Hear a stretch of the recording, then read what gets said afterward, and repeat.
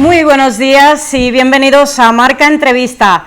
Hoy tengo la suerte de estar con uno de mis locutores favoritos de radio, de Cadena SER, y concretamente del Larguero. Yago de Vega, muchísimas gracias por estar aquí. A vosotros por invitarme. ¿Qué tal? ¿Cómo estás? Muy bien, todo fenomenal. Hace poquitas horas he estado con Luis Suárez. Sí. Es un programa deportivo nocturno. Sí. Eso lo empezó José María García. Hace unos cuantos años. Hace unos cuantos años. ¿Y cómo ha seguido siendo un programa deportivo por la noche? A ver, yo creo que se estableció en aquel momento cuando García hizo Super García en la hora cero. Fue un horario que no era habitual. De hecho, tú hablas ahora con periodistas de cualquier otro lado del mundo. Estos últimos días hemos estado hablando con varios periodistas franceses con respecto al tema de Mbappé y te decían, a las 12 de la noche, ¿cómo es posible que tengáis un programa a las 12 de la noche? Yo creo que se generó una cultura, una forma de escuchar radio deportiva. Siempre se dice que la radio deportiva está asociada a la noche y desde aquel momento se ha seguido escuchando la radio, es habitual, ahora incluso se ha adelantado media hora porque en aquel momento hablábamos de las 12 de la noche, ahora empezamos a las 11:30, seguimos yendo hasta la 1:30 de la mañana, pero yo creo que se estableció una forma de escuchar radio deportiva y que a día de hoy sigue prevaleciendo y perdurando en el tiempo. Veremos si sigue en el futuro la radio durante la noche o durante la madrugada, pero es cierto que pegó fuerte en su momento y la gente que éramos de aquella generación lo asociamos la noche a la radio deportiva. Tengo aquí a mis compañeros, Laura Foller, Rubén Cortés. Muy buenos días, chicos. Buenos días. Y ellos también te van a hacer unas cuantas preguntitas. Buenos días. Buenos días, Yago. Has hablado ahora brevemente del tema de Mbappé. Yo te quería preguntar por cómo sale parado el periodismo deportivo por el desenlace de este culebrón. Claro, es una pregunta complicada, porque muchos de las, no sé si decir acusaciones, pero sí de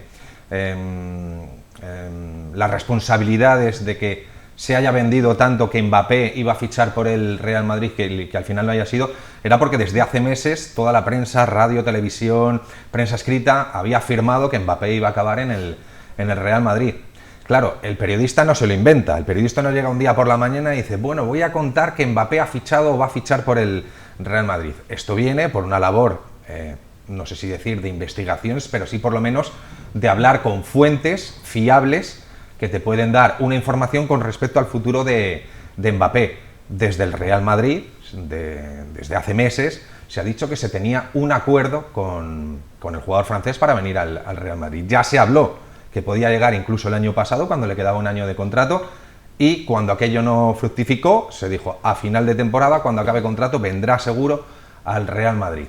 Aquí hay dos errores. El primero es probablemente que el periodismo debe hacer algo de autocrítica en el sentido de solo ir a una fuente, solo hablar con el Real Madrid y a lo mejor no haber hablado con el Paris Saint-Germain o incluso con el propio jugador o con el entorno del jugador para decir, oye, ¿esto es seguro o no? Y el otro error es del Real Madrid, el vender algo que tenía hecho cuando realmente no lo tenía firmado, como se ha demostrado, a no ser, que también puede ser, que el Real Madrid haya firmado con una cláusula de penalización el hecho de que Mbappé rompiese un contrato o un precontrato con el Real Madrid.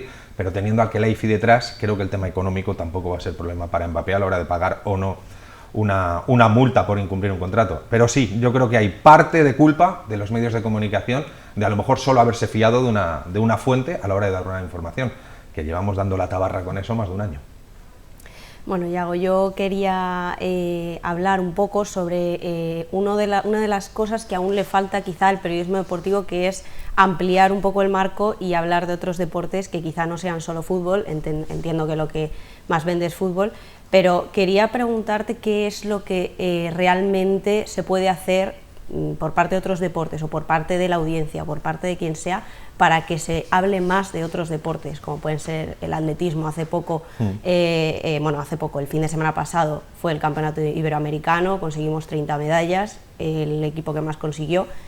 ¿Qué se puede hacer desde otros deportes para que se hable más de ellos? A día de hoy el fútbol se lo come todo, o sea, es que eso es innegable y muchas veces cuando tú planteas a la hora de hacer un programa dices, vamos a tratar de darle más bola, como tú dices, al resto de deportes, que hay una infinidad de deportes con grandísimos deportistas españoles que nos dan muchísimas alegrías y que tienen además una historia detrás que puede resultar interesantísima. Y nos quedamos muchas veces en lo que es el fútbol, pero es que el fútbol es el deporte rey, es el deporte que mueve masas, el deporte que mueve pasiones y es lo que demanda la gente.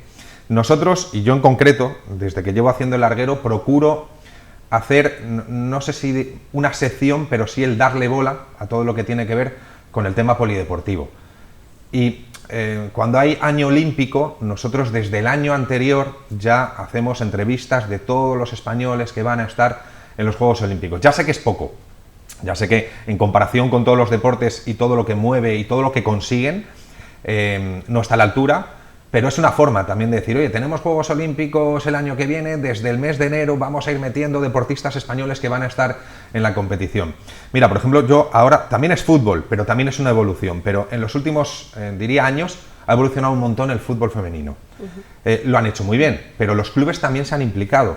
Los clubes abren los estadios, ves que van 90.000 personas a los estadios. Eso genera información, eso genera noticia y eso genera que los medios de comunicación abran con ese tipo de informaciones. Es más difícil, el fútbol lo mueve todo. El atletismo, la Federación Española de Atletismo creo que hace un grandísimo trabajo para intentar promocionar el atletismo, pero a veces no llega. Y ya no te hablo de deportes minoritarios, hace poco se retiraba Ander Mirambel, de skeleton. ¿Quién habla de skeleton en este país? Y era un pionero, y era un tío que tenía una historia detrás y que... Carolina Marín, que es bádminton, que no sabíamos lo que era el bádminton en este país, y la tía, fíjate, prácticamente de las mejores de la historia, viene de ganar, me parece que era el 6º título consecutivo en Europa, en Madrid. No se le da la importancia que realmente tiene, a pesar de que muchos de los deportes hagan mucho por crecer, y gran parte de culpa es de los medios de comunicación. Pero es que la gente realmente, cuando abre un diario, cuando escucha la radio, cuando pone la tele, le gusta oír de fútbol o saber de fútbol. Y luego el resto de deportes. Pues sí, a lo mejor es culpa nuestra el llevarlos más arriba en los contenidos, porque muchas veces los dejas para el tramo final. Entre todos debemos hacer un poquito más, pero no es fácil, no es fácil. Y te quería preguntar yo, Yago, ahora, vamos, llevan muchísimos años, 20 años creo que me has dicho en la radio. Sí. La televisión, prensa escrita, ¿te planteas cambiar de medio de comunicación? A día de hoy no, la verdad es que estoy muy a gusto donde estoy, creo que ya moverme después de 20 años. No me lo he planteado, tampoco he tenido la opción de cambiarme, o sea, tampoco la he buscado. Y yo lo tenía muy claro, yo es que era muy oyente de radio desde que era pequeño, desde que me ponía el carrusel deportivo en aquella época, porque a lo mejor habrá gente que no se acuerde, pero antes el carrusel era un partido el sábado, toda la jornada, el domingo a las 5 y el partido del Plus a las 9. Y ya está, y había horario unificado, 8 partidos el domingo a las 5. Y yo me acuerdo de toda la vida con mi hermano, de poner la radio, escuchar los partidos y saber que eso era lo que me gustaba desde el primer momento. Y cuando me metí a estudiar periodismo, yo tenía claro desde el primer momento que lo que quería era hacer radio y radio deportiva.